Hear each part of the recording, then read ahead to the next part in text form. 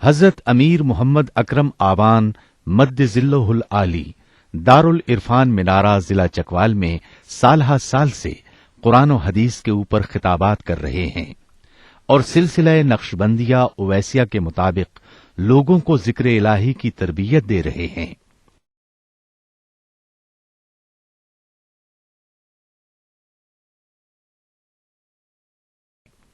وہ قرآن پاک کی تفسیر ترتیب وار بیان کر رہے ہیں۔ تفسیر قرآن کو وہ موجودہ ملکی اور بین الاقوامی حالات کے مطابق بیان کرتے ہیں۔ موٹر وے سے کلر کہار کے انٹرچینج سے نکلتے ہوئے کلر کہار کی جھیل سے ہوتے ہوئے میانی، بوچھال اور نور پور سے گزرتے ہوئے دارالعرفان منارہ پہنچ سکتے ہیں۔ حضرت امیر محمد اکرم آوان نے بچیوں اور بچوں کی دینی اور دنیاوی تعلیم کے لیے سقارہ اکیڈمی کے نام سے ایک درسگاہ بھی قائم کی ہے۔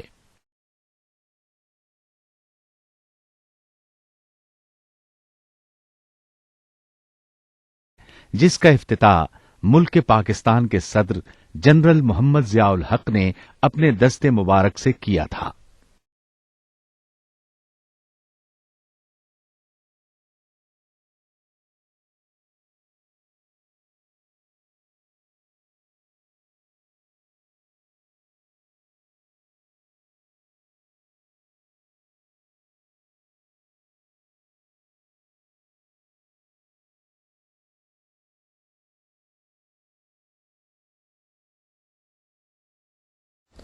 الحمد للہ رب العالمین والصلاة والسلام علی حبیبہ محمد وآلہ وصحبہ اجمعین۔ اعوذ باللہ من الشیطان الرجیم، بسم اللہ الرحمن الرحیم۔ ولا تنکحوا المشرکات حتی یؤمن ولأمۃ مؤمنۃ خیر من مشرکہ ولو اعجبتکم ولا تنکحوا المشرکین حتی یؤمنوا ولعبد مؤمن خیر من مشرک ولو اعجبکم اولئک یدعون الی النار واللہ یدعو الی الجنۃ والمغفرۃ بإذنہ ویبین آیاتہ للناس لعلہم یتذکرون۔ اللہم سبحانک لا علم لنا الا ما علمتنا انک انت العلیم الحکیم۔ مولا یا صلی وسلم دائما ابدا علی حبیبک من زانت بہ البصر۔ پیچھے چونکہ قانون معاشرت کے بیان ہو رہے تھے اور معاشرت میں ایک بہت بڑا معاملہ نکاح کا ہے۔ نکاح ایک معاہدہ ہے جو ایک خاتون اور ایک مرد کے درمیان اللہ کے نام پہ کیا جاتا ہے، اور یوں وہ دو بندے مل کر ایک نئے خاندان کی بنیاد رکھتے ہیں۔ آج عورتوں کے حقوق کی بات ہو رہی ہے، اور بڑی عجیب بات ہے کہ جو لوگ عورتوں کے حقوق بری طرح پامال کر رہے ہیں وہی حقوق نسواں کے مدعی بنے ہوئے ہیں۔ جن لوگوں نے اور جن اقوام نے خاتون کو انتہائی ذلت اور رسوائی سے دوچار کر دیا ہے، اور چھوٹے چھوٹے دو چار آنے کے پروڈکٹ بیچنے کے لیے بھی عورت کو اشتہار بنا دیا ہے، اس کی حرمت کو مجروح کر دیا ہے، اور اس کی کوئی اہمیت باقی نہیں چھوڑی۔ اور برابری کے حقوق صرف یہ دیے ہیں کہ مردوں کے ساتھ اسے بھی میدان میں مشقت میں تو جو دیا ہے، لیکن بحیثیت خاتون جو اس کا احترام، جو اس کا اعزاز تھا، وہ سارا چھین لیا ہے۔ اسلام سے پہلے بھی یہی عالم تھا کہ عورتوں کو انسان سمجھا ہی نہیں جاتا تھا، بلکہ استعمال کی چیز سمجھا جاتا تھا۔ خرید و فروخت ہوتی تھی، قتل کر دیتے تھے تو کوئی پوچھنے والا نہیں ہوتا تھا، اور جہاں ڈاکے پڑتے، قتل و غارت گری ہوتی، لوگ مال لوٹتے، وہاں عورتیں اور بچے بھی لوٹ کر لے جاتے، بچوں کو بھی غلام بنا کر بیچ دیتے، عورتوں کو بھی بیچ کر پیسہ کما لیتے۔ پھر ان کی کوئی حرمت، کوئی عزت، کوئی احترام نہیں تھا، جس کا جو جی چاہتا ان کے ساتھ وہ سلوک کرتا۔ پہلی دفعہ غالباً 6 صدی عیسوی کے نزدیک رومیوں نے ایک قانون بنایا جس میں عورت کو انسان تسلیم کیا گیا، یعنی قانونی طور پر اسے انسان ہونے کا درجہ دیا گیا، لیکن اس قانون میں بھی اسے یہ درجہ دیا گیا کہ یہ انسان تو ہے لیکن یہ مرد کی خدمت کے لیے پیدا ہوئی، اور جس طرح چاہے، جس طرح کی چاہے، مرد کا حق ہے کہ وہ خاتون سے اس طرح کی خدمت لے، جس طرح کا چاہے سلوک کرے، وہ فریاد نہیں کر سکتی۔ یہ ایک بہت بڑا انقلابی قانون تھا، اور اس میں بھی عورت کی بحیثیت، عورت کوئی عزت، کوئی حرمت، کوئی احترام کا لحاظ نہیں رکھا گیا۔ یہ احسان بھی نبی کریم صلی اللہ علیہ وآلہ وسلم کا اور اسلام کا اور دین برحق کا ہے کہ اس نے خاتون کو برابر کا انسان قرار دیا۔ اسلام نے یہ بتایا کہ جس طرح خاتون کے ذمہ حقوق ہیں اسی طرح خاتون کو بھی حقوق حاصل ہیں۔ کسی کو کسی پر اس طرح برتری حاصل نہیں ہے کہ یہ عورت ہے اور یہ مرد ہے، مرد افضل ہے، نہیں، بلکہ برتری کا معیار اس کا کردار، اس کے اعمال، اس کا ایمان، اس کی عقیدت اور اس کا حسن عمل ہے۔ مرد کو عورت پر حقوق دیے، لیکن اس کی جسمانی ساخت کے اعتبار سے۔ خاتون اور مرد کے وجود میں جسمانی ساخت میں بھی فرق ہے، مزاجوں میں بھی فرق ہے، اور ان کے اس اعتبار سے فرائض میں فرق رکھا گیا۔ میں اسے یوں عرض کیا کرتا ہوں کہ اگر ایک نیا باغ لگایا جائے اور اس میں ننے ننے پودے لگائے جائیں تو اس باغ کی خبرگیری کرنا، اسے باڑ لگانا، اس کے لیے نالی کھود کر پانی لے کے آنا، اس کے لیے سر پر بوجھ اٹھا کر کھاد لے کے آنا، اسے تحفظ دینا، یہ جتنے مشقت کے کام تھے یہ مرد کے ذمہ لگائے گئے کہ جسمانی ساخت کے اعتبار سے وہ مضبوط ہے اور معاشرے میں مل جل کر کام کر سکتا ہے۔ لیکن انہوں قوبلوں کو پیار و محبت سے پروان چڑھانا، ان کی نگہداشت کرنا، ان پر سے خاک کو جھاڑ پونچھ کے رکھنا، ایک ایک پتے کی نگہداشت کرنا، ان سب کے لیے ایک ایسی محبت چاہیے تھی جو صرف ماں کے وجود میں، ماں کے دل میں اللہ نے سموئی ہے۔ تو خواتین کو اس کام پہ لگا دیا گیا کہ ایک خاندان جس کی نئی بنیاد رکھی گئی ہے، اس کے بچوں کی پرورش، ان کی تربیت، ان ننھی کوپلوں کو پروان چڑھا کر ایک نوجوان بنانا جو نیک، صالح، سنجیدہ ہو، تو یہ تربیت، یہ پرورش، یہ مشقت عورت کے ذمہ لگائی گئی اور اس کے دل میں وہ محبت، وہ شفقت، وہ چیز ڈال دی گئی۔ مرد کے ذمہ روزی کمانا، باہر سے لانا، ان کو تحفظ دینا، ان کے تحفظ کے اقدامات کرنا، یہ سارے اس کے ذمہ لگائے گئے۔ اب فرائض میں فرق ہے، فرائض کی صورت میں فرق ہے، لیکن ذمہ داری میں فرق نہیں ہے۔ اتنی اس کی ذمہ داری ہے، اتنی مرد کی ذمہ داری ہے۔ ایک میدان میں دونوں کا حساب ہوگا، ایک جیسے اعمال پر ایک جیسا صلہ ملے گا۔ ایک ہی جنت ہے جو مردوں کے لیے بھی ہے، اور ایک ہی جہنم ہے جو مرد عورت دونوں کے لیے۔ جہنم میں اگر اپنے کردار سے، اپنے کفر کی وجہ سے مرد جائیں گے تو کافر عورتیں بھی جائیں گی، اور جنت میں اگر اہل ایمان جائیں گے تو اہل ایمان خواتین بھی جائیں گی، اور کوئی فرق نہیں رکھا گیا۔ اب اس میں آپ ایک عمارت پہ ایک رنگ چڑھاتے ہیں، اور جب وہ رنگ اترتا ہے تو جو پیچھے اس کے نیچے جو چیزیں تھیں وہ سامنے آ جاتی ہیں۔ ایمان بھی ایک ایسی نعمت ہے کہ جو دل میں آتا ہے تو پہلی قدورتوں کو صاف کر دیتا ہے اور دل کو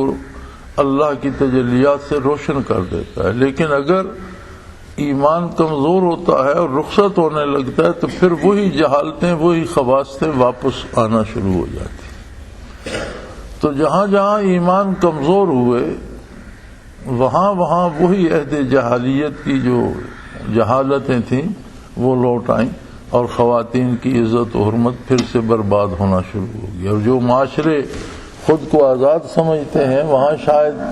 خواتین کا بحیثیت خاتون زندہ رہنا بھی اتنا آسان نہیں رہا،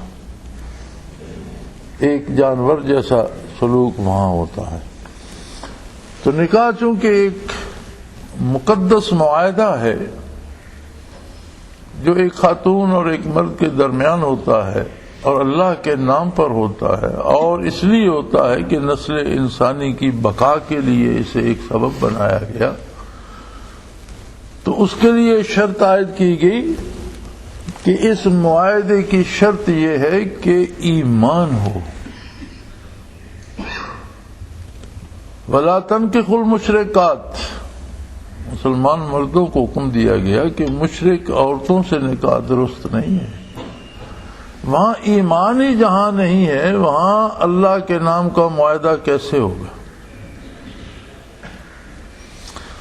یہاں ایک اور بڑا نازک سوال ہے جو اکثر زیر بحث رہتا ہے کہ اہل کتاب کی خواتین سے نکاح کی اجازت دی گئی، اور یہ درست ہے کہ اہل کتاب کا ذبیحہ کھانے کی اجازت ہے، اہل کتاب کی عورتوں سے شادی کرنے کی اجازت ہے، لیکن شرط یہ ہے کہ وہ اہل کتاب ہوں، مشرک نہ ہوں، کیونکہ مشرک سے تو یہ ابتدا ہی میں منع کر دیا گیا وَلَا تَنكِحُوا الْمُشْرِكَاتِ۔ اور جتنی کتابیں اللہ کریم کی نازل ہوئی ہیں دنیا پر، اور جتنے صحیفے نازل ہوئے اور جتنے نبی مبعوث ہوئے، ہر نبی نے اور ہر کتاب نے سب سے پہلی بات تو توحید باری کی ہے کہ اللہ واحد لا شریک۔ اب اگر دور حاضرہ کا کوئی یہودی یا عیسائی خود کو اہل کتاب کہتا ہے لیکن اس کا عقیدہ یہ ہے کہ عیسیٰ علیہ السلام خدا کے بیٹے تھے، تو اہل کتاب تو نہ رہا، وہ تو مشرک ہو گئے۔ اسی طرح کوئی یہودی عقیدہ یہ رکھتے کہ حضرت عزیر اللہ کے بیٹے تھے، تو اپنی کتاب کا بھی منکر ہو گیا، اہل کتاب کیسے رہا؟ چونکہ ہر کتاب نے توحید باری کا درس تو دیا ہے، جو جس نبی پہ کتاب نازل ہوئی اس کی نبوت کی تصدیق کی ہے۔ تو چنانچہ خلافت فاروق اعظم رضی اللہ تعالی عنہ میں جب فتوحات اسلامی باہر پھیلیں اور عیسائی ممالک بھی زیر نگیں آئے، تو بعض مجاہدین نے عیسائی عورتوں سے نکاح کیے کہ اہل کتاب سے نکاح جائز ہے، لیکن جب یہ بات امیر المومنین رضی اللہ تعالی عنہ کی علم میں لائی گئی تو آپ نے وہ سارے باطل قرار دیے اور ساری واپس کرا دی، فرمایا کہ یہ تو مشرک ہیں، ان سے نکاح جائز نہیں ہے۔ وَلَا تَنكِحُوا الْمُشْرِكَاتِ، مشرک عورتوں سے نکاح جائز نہیں ہے۔ اور جب یہ عیسیٰ علیہ السلام کو اللہ کا بیٹا مانتے ہیں تو یہ اہل کتاب کہاں سے رہی؟ یہ تو مشرک۔ تو اس وقت ہی ممانعت کر دی گئی تھی، آج جو لوگ اس کے قائل بنے ہوئے ہیں اس کا تو کوئی جواز نہیں ہے۔ آج کے عیسائیوں سے، چونکہ یہ بھی اہل کتاب نہیں رہے، کسی کتاب میں شرک کی اجازت نہیں ہے اور کوئی مشرک اہل کتاب نہیں کہلا سکتا۔ پھر اب تو وہ کتابیں ناپید ہو گئیں، انہوں نے اس میں اتنی تبدیلیاں کی کہ جو کتابیں نازل ہوئی تھیں ان کا وجود ہی مشکوک ہو گیا، اور انہوں نے اس میں اب تو کلیسا نے مرد کا مرد سے اور عورت سے شادی کرنا جائز قرار دے دی گئی۔ یہ کون سی کتاب میں؟ اتنی بڑی تبدیلیاں انہوں نے کی کہ کتابیں رہی ہی نہیں۔ لہذا یہ مسئلہ بالکل صاف ہے اور اس میں کسی کو کسی شبے کی کوئی گنجائش نہیں ہے، نہ ضرورت ہے کہ عہد حاضرہ کے یہودی اور عیسائی اہل کتاب نہیں ہیں، یہ مشرک ہیں اور ان پر وہی احکام وارد ہوں گے جو مشرکین کے ہیں۔ وَلَا تَنكِحُوا الْمُشْرِكَاتِ حَتَّى يُؤْمِنْ، جب تک وہ ایمان نہیں لے آتے، کلمہ اسلام نہیں پڑھ لیتے، تو کسی مسلمان مرد کا نکاح کسی مشرک یا کافر عورت کے ساتھ درست نہیں ہے، وہ نکاح منعقد ہی نہیں ہوتا۔ اور وَلَأَمَةٌ مُؤْمِنَةٌ خَيْرٌ مِّن مُشْرِكَةٍ، اور اگر کوئی کنیز یا لونڈی یا غلامہ ہو اور وہ ایماندار ہو، مسلمان ہو، تو مشرک عورت خواہ آپ کو بڑا اس کا چہرہ دل لبھانے والا لگے، وَلَوْ أَعْجَبَتْكُمْ، اگر تمہیں بہت بھلی بھی معلوم ہوتی ہو، تو مشرک سے نکاح درست نہیں ہے، اس سے وہ کنیز یا وہ لونڈی بہتر ہے جو غلامہ تو ہے لیکن مسلمان ہے۔ یہ کنیز یا لونڈی یا غلامہ کا جو ہے موضوع یہ بھی بڑا زیر بحث رہتا ہے، اور اس پہ بڑی لیدے ہوتی ہے۔ ہمارے روشن خیال اس پہ بڑے سیخ پا ہوتے ہیں کہ اسلام نے کنیزیں اور لونڈیاں جائز قرار دیں، لیکن وہ اس کے پس پردہ جو چیزیں ہیں اور جو چیزیں اس کا سبب ہیں اس سے واقف نہیں ہیں۔ قبل الاسلام یہی کچھ ہوتا تھا جو آج اقوام مغرب یا آج کے کافر کر رہے ہیں۔ روس نے افغانستان پر قبضہ کیا تو کیا حشر ہوا، یہ جاننے والے جانتے ہیں۔ اور اس سے پہلے خود روس میں جب کمیونزم آیا تو جو مسلمان ریاستیں کمیونزم کی لپیٹ میں آئیں ان کا کیا حشر ہوا، یہ بھی جاننے والے جانتے ہیں۔ عیسائیوں نے جو جو ممالک فتح کیے، یہودی جہاں جہاں پہنچے وہاں کس طرح عزتیں پامال ہوئیں اور کیا حشر ہوا خواتین کا، اور کس بے دردی سے مردوں اور بچوں کو قتل کیا گیا، یہ بھی کوئی ڈھکی چھپی بات نہیں ہے۔ اور عہد حاضرہ میں بھی جہاں جہاں کافر فوجیں قبضہ کرتی ہیں وہاں کیا حشر ہوتا ہے، یہ سب جانتے ہیں۔ اسلام میں بھی جہاد ہوا اور ممالک مفتوح ہوئے، تو اسلام نے ان لوگوں کے بیوی بچے جو جہاد میں شریک، جو مقابلے میں شریک ہوتے تھے اور کفر کی طرف سے لڑتے تھے، صرف وہ لوگ جو تلوار لے کر میدان میں آتے تھے اور لڑتے تھے اور مارے جاتے تھے اور ان کے بیوی بچے رہ جاتے تھے، یا اگر کوئی قید ہو جاتا تھا اور اس کے بیوی بچے بھی قید ہو جاتے تھے تو اس کی بیوی، وہ خود بھی غلام بن جاتا تھا، اس کی بیوی بھی غلام، ان کی آزادی سلب ہو جاتی تھی لیکن اس سے اس کی بیوی چھینی نہیں جاتی تھی، وہ بیوی بچے اس کے اسی کے ساتھ رہتے تھے۔ وہ خواتین جن کے مرد قتل ہو جاتے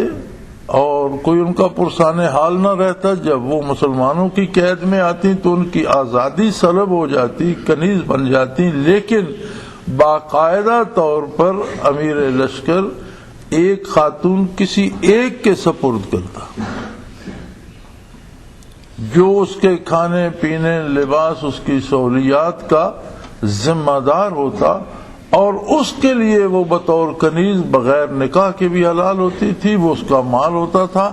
چاہتا تو کسی دوسرے مسلمان کے ہاتھ بیچ دیتا، لیکن اگر دوسرے کو دے دیتا تو پھر اس کے لیے حرام ہو جاتی تھی، پھر اس پر حلال ہوتی تھی۔ اور پھر یہ ترغیب دی گئی کہ اگر وہ ایمان لے آئے تو اس سے نکاح کر لو، اگر کنیز سے نکاح ہو جاتا تو پھر وہ کنیز نہیں رہتی تھی، پھر اس کا سٹیٹس بدل جاتا تھا، پھر وہ بیوی بن جاتی اور اسے بیوی والے سارے اکرام اور اعزازات حاصل ہو جاتے۔ یا بحیثیت کنیز بھی کوئی کسی کے پاس تھی اور اس کی اولاد ہو گئی تو پھر اسے بیچنے کا اختیار ختم ہو جاتا تھا اور اسے ام ولد کہا جاتا تھا کہ یہ بچوں کی ماں ہے اور اب اس کی بقیہ عمر کے ذمہ دار تم ہی ہو جس کا بچہ اس کے پاس ہے۔ غلام اور کنیز کے لیے حضور اکرم صلی اللہ علیہ وسلم کا حکم یہ تھا کہ جیسا خود کھاتے ہو ایسا انہیں کھلاؤ، جیسا خود پہنتے ہو ویسا انہیں پہناؤ، اور جو کام یہ نہیں کر سکتے اس کا انہیں حکم مت دو۔ یعنی کوئی غیر انسانی یا ظالمانہ سلوک ان سے نہ کیا جائے۔ اتنے بڑے جرم کی سزا کہ وہ خلاف اسلام تلوار لے کر میدان میں لڑے، صرف یہ تھی کہ ان کی آزادی سلب ہو جاتی۔ پھر اس پر اسلام نے غلام اور کنیزیں آزاد کرنے کا حکم بطور کفارہ بھی دیا، بطور خیر بھی دیا۔ غلطی ہو جائے تو ایک غلام آزاد کر دو، ایک کنیز آزاد کر دو، کفارے کے طور پر، صدقے کے طور پر انہیں آزاد کرو۔ اور اتنی ترغیب دی گئی غلاموں اور کنیزوں کو آزاد کرنے کے لیے کہ تاریخی اعتبار سے آخری غلام جو مسلمانوں نے آزاد کیا وہ فاروق اعظم رضی اللہ تعالی عنہ کے زمانے میں تھا، اور اس کے بعد کوئی کنیز یا کوئی غلام کہیں نظر نہیں آیا۔ تو یہ ایک عہد کی بات تھی کہ جب جو مفتوح ہو جاتا اور قید ہو جاتا یا مارا جاتا تو اس کے بیوی بچوں کا کوئی پرسان حال نہیں رہتا۔ اقوام عالم آج بھی ان کی اجتماعی آبرو ریزی کرتے ہیں، انہیں تباہ کر دیتے ہیں، انہیں برباد کرتے ہیں۔ اسلام نے اس کے لیے صرف ایک سزا رکھی کہ ان کی آزادی سلب کی جائے، اور پھر ایک وقت میں ایک کنیز کو ایک بندے کے لیے حلال قرار دیا جسے وہ دی گئی ہو، پھر اس کے ساتھ اس کے اعزازات و اکرام اور اس کی آزادی پر بھی اجر کے وعدے فرمائے۔ سو فرمایا نکاح کے لیے ایمان شرط ہے، اور مشرک عورتوں سے نکاح نہ کرو، اور مشرک عورت کی بجائے کسی غلام کنیز سے نکاح کر لو، اگرچہ وہ مشرک اس سے شکل میں خوبصورت بھی ہو۔ اسی طرح مسلمان عورتیں ولا تنکحوا المشرکین حتی یؤمنوا، کسی مشرک مرد سے نکاح نہ کریں جب تک وہ ایمان نہیں لے آتے۔ جہاں تک اہل کتاب کا تعلق تھا تو فطرتاً چونکہ گھر میں مرد بالادست ہوتا ہے اور عورت اور بچے اسی راستے پہ چلتے ہیں جس پہ مرد چلتا ہے، تو اہل کتاب کے ساتھ جو نکاح کی رخصت دی گئی وہ بھی یہ تھی کہ اہل کتاب کی عورتوں سے مسلمان مرد نکاح کر سکتے ہیں، لیکن اہل کتاب مردوں سے مسلمان عورت کو نکاح کی اجازت نہیں دی گئی۔ اس معاہدے میں وَالْعَبْدُ مُؤْمِنٌ خَيْرٌ مِّن مُّشْرِكٍ وَلَوْ أَعْجَبَكُمْ، اگر مشرک مرد خوبصورت بھی ہو تو اس کی بجائے مومن اگر غلام ہو ایماندار تو وہ اچھا ہے۔ وجہ یہ ہے کہ یہ مشارکت جو ہے نکاح کی، یہ صرف دنیا کی بات نہیں ہے۔ جب دو بندے ملتے ہیں تو ایک دوسرے کا پرتو یا اثر لیتے ہیں تو ان کی جو زندگی ہے وہ ایسے راستے پہ چل پڑتی ہے کہ جس سے آخرت بھی تعمیر ہوتی ہے۔ تو اگر مشرک کا ساتھ کرو گے مرد ہو یا عورت تو وہ تمہاری زندگی میں بھی شرک کی خواصیں بکھیر دے گا، حالانکہ مومن جو ہے اولئک یدعون الی النار، مشرک تو دوزخ کے سفیر ہیں، دوزخ کے داعی ہیں، مشرک کو دوزخ کی طرف لے جائیں گے تمہیں بھی۔ مشرک کے ساتھ نکاح تو منع فرما دیا، اور اس کی بہت بڑی وجہ جو قرآن کریم نے ساتھ بتا دی اور اللہ کریم نے ارشاد فرما دی وہ یہ ہے کہ مشرک کے ساتھ اگر اتنا گہرا رابطہ ہوگا جتنا نکاح کا قرب ہوتا ہے تو پھر خطرہ اس بات کا ہے کہ وہ تو دوزخ کا داعی ہے، تمہیں بھی کھینچ کر کہیں دوزخ میں جہنم میں نہ لے جائے، کیونکہ دنیاوی زندگی مقصود نہیں ہے، مقصد تو آخرت کی کامیابی ہے، رضائے باری ہے۔ دنیاوی زندگی تو اس کا سبب ہے، اور اگر کوئی ساتھ ایسا مل گیا کہ جو گناہ پر لے جائے، یہاں سے یہ بھی پتہ چلتا ہے کہ بدکاروں کی صحبت اور برے لوگوں کی سنگت بھی درست نہیں ہوتی۔ صحبت صالح تو راہ صالح کو ند، صحبت تالے تو راہ تالے کو ند۔ نیک کی صحبت سے نیکی نصیب ہوگی اور بدکار کی صحبت سے برائی نصیب ہوگی۔ نبی کریم صلی اللہ علیہ وسلم کا ارشاد بخاری شریف میں موجود ہے کہ اگر کسی برے آدمی کے ساتھ بیٹھنا اٹھنا شروع کرے گا تو ایسا ہی ہے جیسا کوئی لوہار کی دکان پہ جا کر بیٹھے۔ خطرہ تو یہ ہے کہ جل نہ جائے یا کوئی جلتا ہوا لوہے کا ٹکڑا اس پر نہ آ گرے، لیکن اگر اس سے بچ بھی گیا تو جتنی دیر بیٹھا رہا اتنی دیر تپش اور دھواں تو اسے پہنچتا رہے گا۔ اور نیک لوگوں کی صحبت ایسی ہے جیسے آپ کسی عطر فروش کی دکان پر جا کر بیٹھتے ہیں، ہو سکتا ہے آپ کچھ عطر خرید ہی لیں، خریدے نہیں تو حضور فرماتے ہیں ہو سکتا ہے وہ آپ کو تحفتاً تھوڑا سا لگا دے، کچھ حصہ تو مل جائے۔ اگر ایسا بھی نہ ہو تو جتنی دیر بیٹھے رہیں گے دماغ معطر رہے گا اور دل خوش رہے گا، خوشبو تو آتی رہے گی، اتنی دیر تو خوشبو آتی رہے گی۔ تو فرمایا صالحین کی صحبت عطر فروش کی دکان ہے، بدکاروں کی صحبت لوہار کا دکان ہے۔ تو اگر وقتی طور پر جو مجلس ہے یا ملنا جلنا یا بیٹھنا اٹھنا اس میں احتیاط ضروری ہے، تو ایک دائمی رفاقت اور عمر بھر کی رفاقت اور ایسی پختہ رفاقت جو آخرت میں بھی ٹوٹے گی نہیں، اس کے بارے پوچھا جائے گا اور وہ رشتہ قائم رہے گا، تو اس میں مشرک اور مومن شریک نہیں ہو سکتے۔ لہذا نکاح کی بنیادی شرط ایمان ہے۔ اولئک یدعون الی النار، اس لیے کہ مشرک تو دوزخ کے داعی ہیں، دوزخ کے سفیر ہیں، خود دوزخ کی طرف جا رہے ہیں، جو ساتھ ملے گا اسے بھی اسی طرف بلائیں گے۔ واللہ یدعو الی الجنہ والمغفرۃ باذنہ، اور اللہ جنت کی طرف بلاتا ہے اور بخشش کی طرف بلاتا ہے۔ اب یہاں دیکھیں کیسی باریک بات ارشاد فرمائی ہے کہ دوزخ کی دعوت کو مشرکین کے ذمہ لگایا ہے کہ یہ دوزخ کی طرف بلاتے، لیکن کسی نیک کی سنگت ملتی ہے، کسی نیک سے نکاح ہوتا ہے، مومنہ سے نکاح مرد کا ہوتا ہے یا اچھے مومن مرد سے مومنہ خاتون کا نکاح ہوتا ہے، تو وہ جنت کی طرف بلاتا ہے، لیکن اس کے بلانے کو نسبت رب کریم نے اپنی طرف دی ہے۔ واللہ یدعو الی الجنہ، کہ اس کا بلانا میرا بلانا ہے،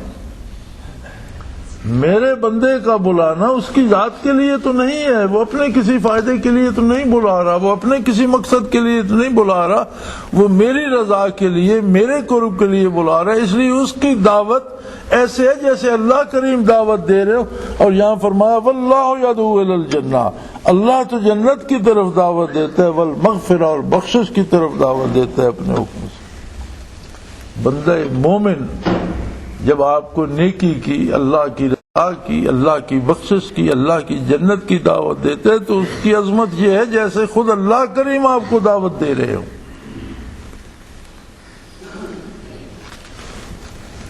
وَيُبَيِّنُ آیَاتِهِ لِلنَّاسِ لَعَلَّهُمْ يَتَذَكَّرُونَ، اللہ کریم نے کسی بات میں کوئی ابہام نہیں رکھا، تمام باتیں بڑی وضاحت کے ساتھ اور بڑی کھول کر بتلا دی ہیں، اس لیے کہ لوگ نصیحت حاصل کریں، اور لوگوں کو عقل دی ہے، شعور دیا ہے، وہ خود سوچیں، وہ اپنی حیات عارضی کو سوچیں، اپنی زندگی کو سوچیں، اپنی زندگی اور اپنی موت کے بارے فکر کریں اور اپنا تجزیہ کریں۔ ایک اصولی بات یہ ہے کہ جسے ہم بھولے رہتے ہیں، سیدنا فاروق اعظم رضی اللہ عنہ فرمایا کرتے تھے کہ اپنا محاسبہ کرو، اپنا حساب کتاب خود کیا کرو اس سے پہلے کہ تم سے حساب کتاب لیا جائے۔ آج اگر ہم اپنا تجزیہ کریں گے تو ہمارے پاس فرصت ہے کہ جہاں غلطی ہو رہی ہے ہم اس کی اصلاح کریں، جہاں سے ہم غلط جا رہے ہیں وہاں سے واپس آ جائیں۔ لیکن کل جب میدان حشر میں پرسش ہوگی، جب پوچھا جائے گا تو یہ فرصت نہیں ہوگی کہ اب ہم اصلاح کر لیں۔ اس آیت کریمہ کا مفہوم بھی یہی ہے لعلہم یتذکرون، تاکہ لوگ نصیحت حاصل کریں، اپنا احتساب کریں، اپنا محاسبہ کریں، اپنا جائزہ لیں کہ میری سوچیں، میری فکریں، میرا کردار، میرے اعمال مجھے کس طرف لے کر جا رہے ہیں۔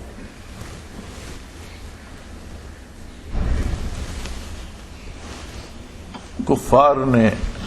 مشرکین نے، جو اپنے آپ کو اہل کتاب کہتے ہیں لیکن واقعتاً مشرک ہیں، چونکہ کوئی بھی اہل کتاب کسی بھی نبی کی توہین نہیں کرتا۔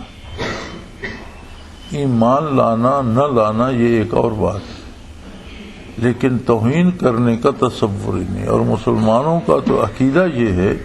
کہ اللہ کا ہر نبی اتنا ہی اس پر ایمان لانا ضروری ہے جتنا آقا انعامدار صلی اللہ تعالی علیہ وسلم پر ہر نبی کو جسے بھی اللہ نے مبعوث فرمایا ہم برحق مانتے ہیں، ہم جانتے ہیں یا نہیں جانتے، اور جب نبی مانتے ہیں تو پھر کسی گستاخی کا تو سوال ہی پیدا نہیں ہوتا۔ لیکن اہل کتاب بھی جن کا کتاب پر ایمان تھا، وہ اگر نبی کی نبوت پر ایمان نہ لاتے تو نبوت پر اعتراض، نبوت پر بہتان تراشی نہیں کرتے تھے، یہ چونکہ مشرک ہیں، اور اس بہتان تراشی کی ایک لمبی تاریخ ہے، بعثت عالی سے لے کر آج تک۔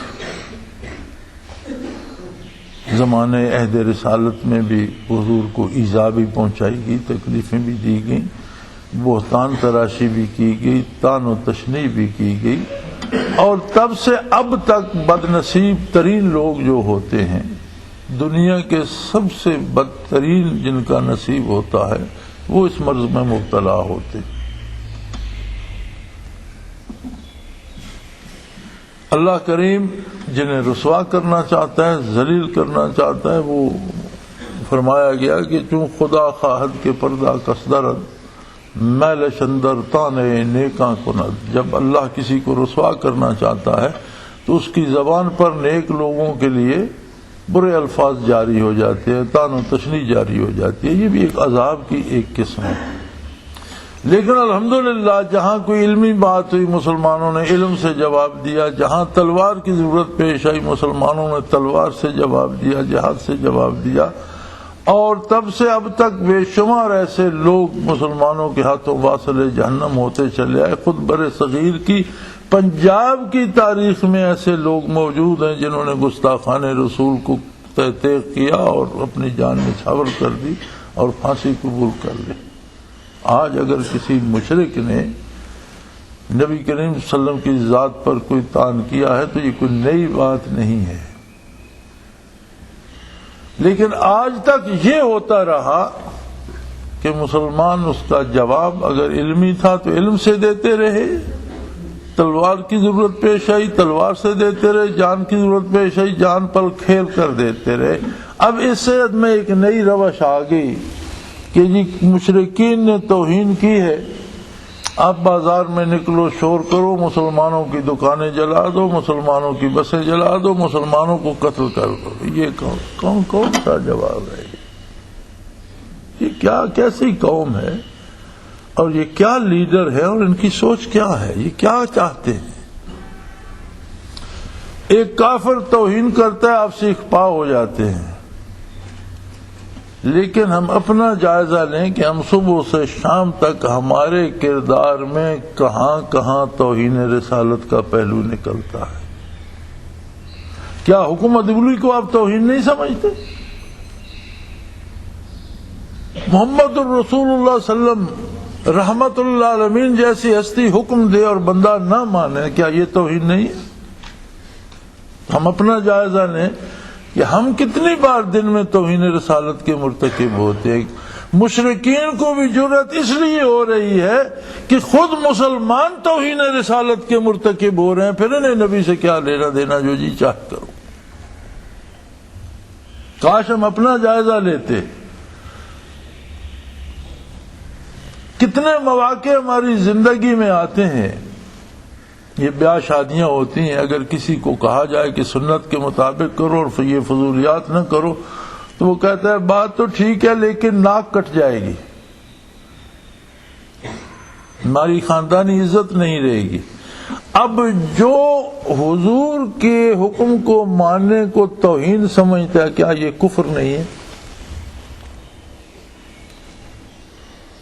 جہاں تک میری معلومات ہیں میں سمجھتا ہوں کہ جو بندہ یہ سمجھے کہ حضور نے جو حکم دیا اسے ماننا میری توہین ہے، وہ کافر ہے۔ یہ میرا ایمان ہے، میں نہیں سمجھتا کہ دوسرے مولوی کا کیا فتویٰ ہے۔ میرا یہ ایمان ہے کہ اگر کوئی یہ کہے کہ میں اس حکم کی تعمیل نہیں کر سکتا لیکن حق وہ ہے جو رسول اللہ صلی اللہ علیہ وسلم نے فرمایا اور جو میں کر رہا ہوں یہ غلط ہے، وہ گناہگار ہے۔ لیکن جو یہ کہے کہ جو حضور نے فرمایا اس میں تو میری توہین ہے، وہ کافر ہے۔ تو آپ یہ شادی تو شادی جنازے میں دیکھ لو، لوگوں کو یہ احساس ہوتا ہے کہ ہم نے اگر لوگوں کی دعوت نہ کی تو ہماری توہین ہوگی۔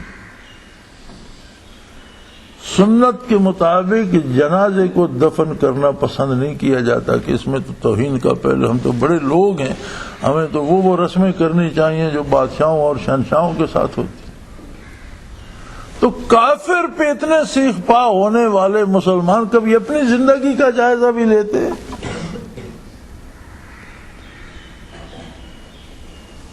سبق تو ہمیں یہ لینا چاہیے تھا کہ یہ ہماری بد نصیبی ہے کہ ہم اتنے دور ہو گئے اتباع رسالت سے کہ آج کافر کو گستاخی کی جرت ہو رہی ہے کہ یہ تو مانتے نہیں، یہ کریں گے کیا؟ اور پھر ہم نے اس کا رد عمل کیا بھی کیا؟ دکانیں لوٹ لیں، لوگوں کی گاڑیاں جلا دیں، ایک غریب مسلمان کو برباد کر دیا، ایک کو قتل کر دیا، یہ کیا رد عمل ہے؟ تو میرے بھائی، قرآن تو نصیحت ہے، ارشادات عالی محمد الرسول صلی اللہ علیہ وسلم کی نصیحت ہیں اور دعوت فکر دیتے ہیں کہ اپنے آپ کو تلاش کرو سب سے پہلے کہ میں کہاں ہوں۔ دوسرے کا بھلا تو وہ کر سکے گا جو خود اپنا بھلا تو پہلے کر لے، خود کو تو راہ ہدایت پہ لے آئے، خود کو اتباع رسالت پہ لے آئے، خود کو حضور کی غلامی کا اسیر بنائے، تو وہ دوسرے کے لیے بھی کوئی بہتری کر سکے گا۔ اور جو خود راہ گم کرتا ہے وہ دوسرے کی رہنمائی کیسے کر سکے گا؟ لہذا قرآن نے یہاں دعوت فکر بھی دی ہے کہ اگرچہ مسائل معاشرت کے چل رہے ہیں، لیکن مسلمان کی معیشت ہو یا معاشرت ہو یا سیاست ہو، سارا ہی دین ہے۔ مسلمان کی دنیا بھی دین ہے، اس لیے کہ وہ دنیا کا ہر کام بھی اللہ و اللہ کے رسول کے حکم سے کرتا ہے اور اطاعت سے کرتا ہے، اور اطاعت ہی دین ہے۔ تو مسلمان کا دنیا داری بھی دین بن جاتی ہے، اور کافر کا دین بھی دنیا ہے کہ وہ دنیا کے لالچ کے لیے مختلف رسومات کی پابندی کرتا ہے کہ یہ کروں گا تو مجھے دنیا میں یہ مل جائے گا، یہ کروں گا تو یہ مل جائے گا۔ لہذا کافر کا دین بھی دنیا ہوتا ہے اور مومن کی دنیا بھی دین ہے۔ اللہ کریم ہمیں توفیق دے، ہماری خطاؤں سے درگزر فرمائے، اور ہم اپنے آپ کو تلاش کریں، پائیں، اور خود کو محمد الرسول کے نقوش کف پا پر کھڑا کرنے میں کامیاب ہو جائیں۔ وآخر دعوانا الحمدللہ رب العالمین۔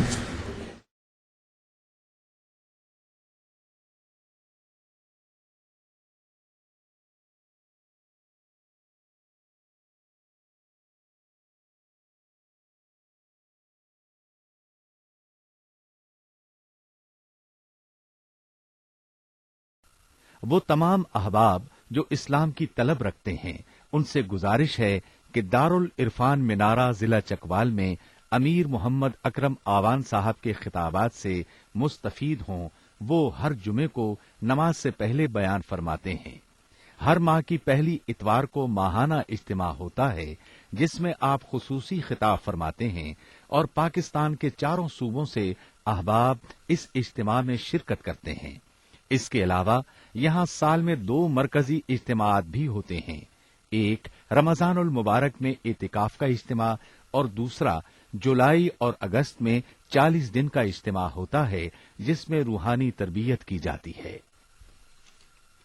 اپنا خون سیماب دے کر اتنا ہم کر جائیں گے، نام آقا کا چمن میں پھر رقم کر جائیں گے۔